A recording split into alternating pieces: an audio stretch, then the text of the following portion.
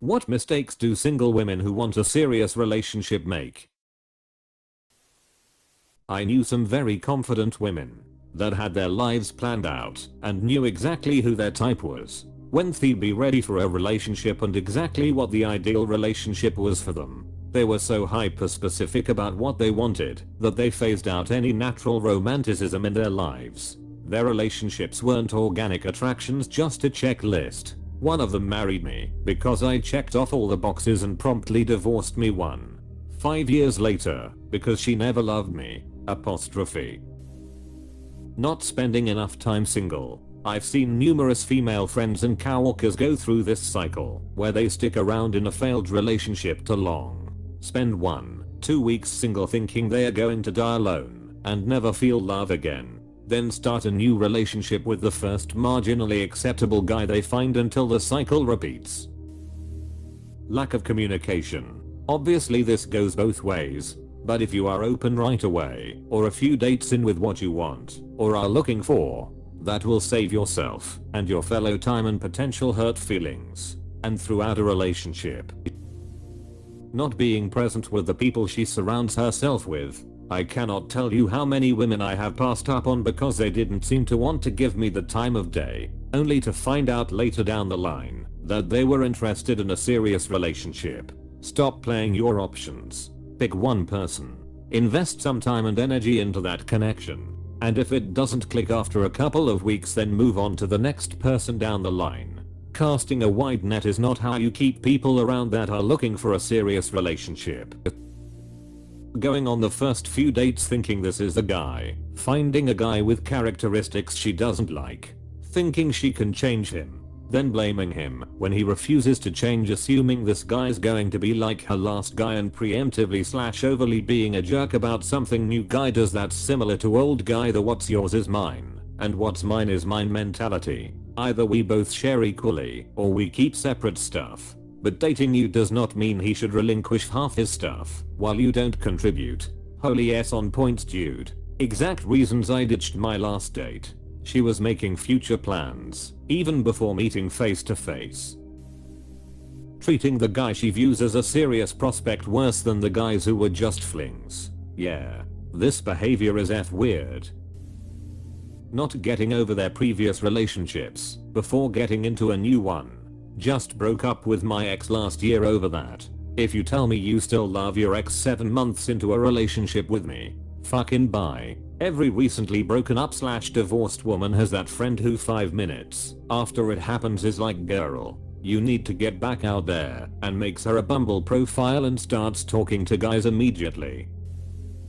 Not asking out the guy they are crushing on would be a start. Woman here decided a few years back that if I like someone, I'm going to tell them. Worst case scenario, they don't like you back, but at least a part of them is happy that someone likes them. Told at least 4 guys that I like them until now. For some reason it just doesn't work out. Either they are still not over their ex, or they live in a different country. It hurts. But next time I like a guy, I'm still going to tell him.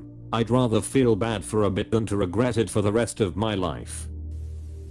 1. Making a low effort profile on dating apps and sitting on it for messages. 2. Not approaching people they find attractive, only dating who comes to them. 3. Using hints and beating around the bush. 4. Having gender-based expectations of men while rejecting any expectations of themselves, being unwilling to do for their interest what they want their interest to do for them. The majority of my female friends with successful long-term relationships did not use online dating and made it clear to the person involved they were interested. They took efforts to talk to and spend time with them. Proactive dating habits work better than the typical reactive habits. You can't change a situation by following the same patterns over and over. Mixed signals. Drama for the sake of drama. Flaking out, etc. The only kinds of men who will tolerate this behavior are guys who are desperate and have no backbone / self-esteem, and guys who are just tolerating the BS enough to get laid and then will ghost her after he has sex with her. I'm dating one right now who's making a mistake. Ladies and gents, talk to your man before reacting to things, especially if it's bothered you for a while. Be honest and transparent. It goes a long way avoiding drama. Here's the mistake. She misinterpreted something I said.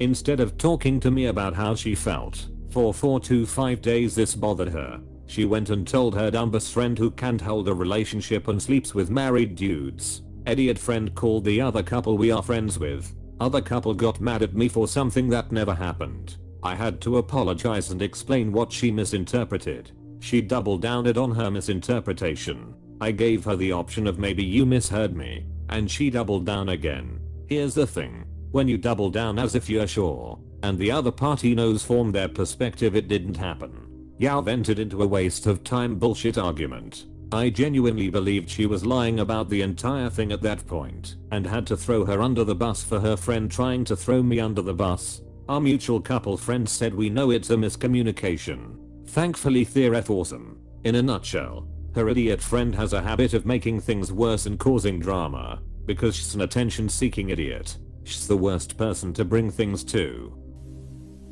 Being shapper shifters with no personality of their own. Everything the boyfriend likes, they like. Ironically, my ex was looking for a girlfriend like that. As soon as I stopped blindly agreeing with him and picking up whatever hobbies he asked me to, he saw me as boring and uninteresting. He started avoiding me in favor of friends who liked the same exact things he did. It got to the point where he never wanted to see me or talk to me unless his friends weren't available. I later found out he ditched our relationship because a woman he hadn't spoken to in 10 years sent him a Twitter DM.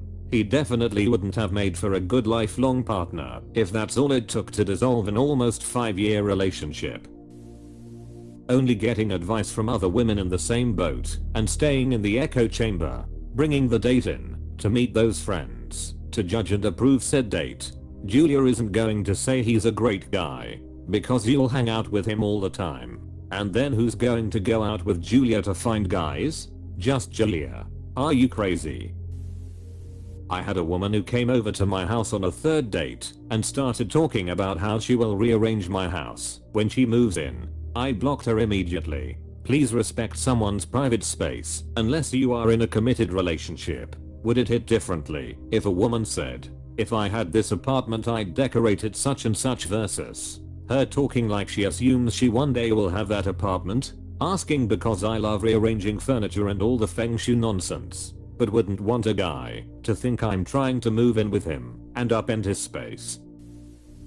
I'm a female lurker, but a close friend of mine claims she really wants a boyfriend to settle down with, but when she goes on dates, she immediately starts talking about sex and all the stuff she's done, that she's seeing lots of guys casually, etc. I think she likes being seen as sexy and desirable and letting people know that she's DTF and kinky, but hearing that, I think for the average guy, makes them just want to F her, but not stick around and be committed.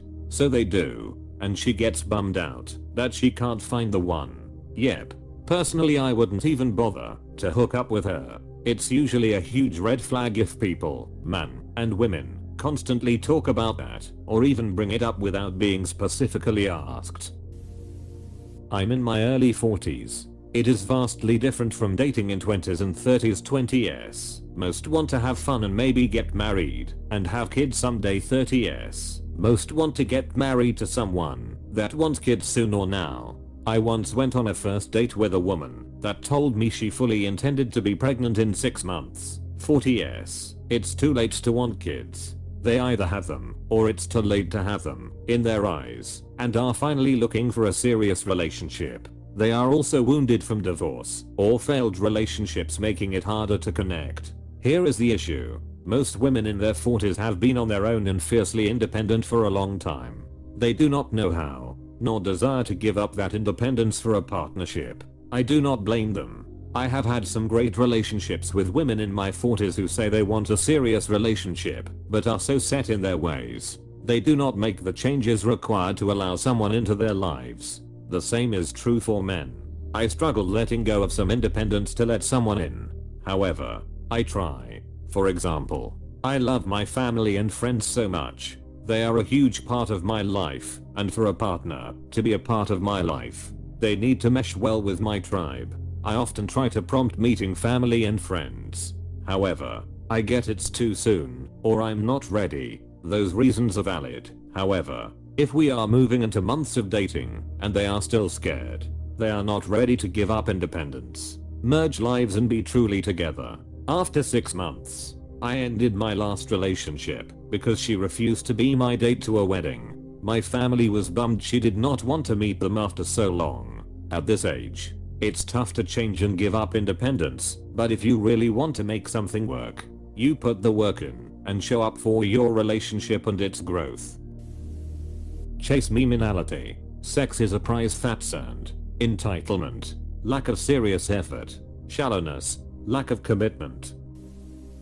The I can fix him mentality. Sure, people change a bit here and there in a relationship, but don't take on a big project and expect him to be the perfect partner.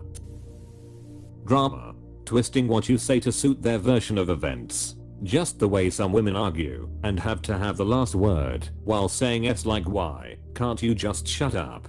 Do you always need to have the last word while doing the same thing themselves? I know that one. I was somehow wrong even when I wasn't. I'm glad I'm out of that one-sided relationship. I felt like I was going crazy. To realize you are looking for a husband, not a boyfriend. Husband material may not be as exciting as a boyfriend. You need to find someone that will stand by you, is a good person, has a good moral compass and is compassionate. As a married person, I often have to blank stare while my wife's single friends act like if you just finally get him to commit and put the ring on at a $50K wedding, then it's full send happiness for the rest of life. They are not looking at it from the standpoint of will this person go to war alongside me. They are looking at it like, if I can just get him to step in this trap one time, it'll all work out. I find that remaining single makes it very difficult to have a serious relationship. Being single is nice, but better if you can find someone you get along well with. If a relationship brings more misery than improvement, then it's better to be single, I guess. Friend. It is when you've had that and you no longer do when it hurts most. Making good men continue to chase and put in the majority of the effort because they didn't work through their emotional baggage from past relationships. It takes a lot of teamwork to make relationships work, and without the self-work you'll never give your new partner a chance to work. Try to start a serious relationship with men who do not want a serious relationship. Holding their current partners accountable for what another man did. Listen. Badass happens to good people. I'm incredibly sympathetic to that. But what happened to you may not be your fault, but it is your responsibility. Meaning, each of us has a responsibility to heal ourselves to the point we are not spilling our trauma into another person's lives. Secondly, the grass is greener where you water it. I see people leave a great situation because the honeymoon phase has ended and the real work has to start. To think that the one is a person you'll never disagree with is so FK and toxic, and it ruins relationships. Lastly, unrealistic expectations. I'm tall and I'm in shape, but often get overlooked because I'm not wealthy. I also think it's because I don't have Eurocentric features, but this is getting into projection. The point is, we are not all going to end up with famous models, and a lot of people care way more about appearances and fancy lifestyle appeals rather than the content of the actual person. They sleep with other people. That's always a big mistake. Being too passive/indirect because they think being direct makes them seem too easy. If you like a guy, you should talk to him and not just drop hints and pray he picks up on them. One common issue I see is the aiming too high. Might be because my town has such a trash dating scene, but I'll often see women who are complete messes, like major problems with money, employment, and usually don't have a legal driver's license, complaining that men aren't loyal and don't want commitment. The thing is, they weren't going after fellow train wrecks. They're going after men who really have their S together. Even if such a man really wants a committed relationship, he's not going to want it with someone who's such a mess, even if he has few other options.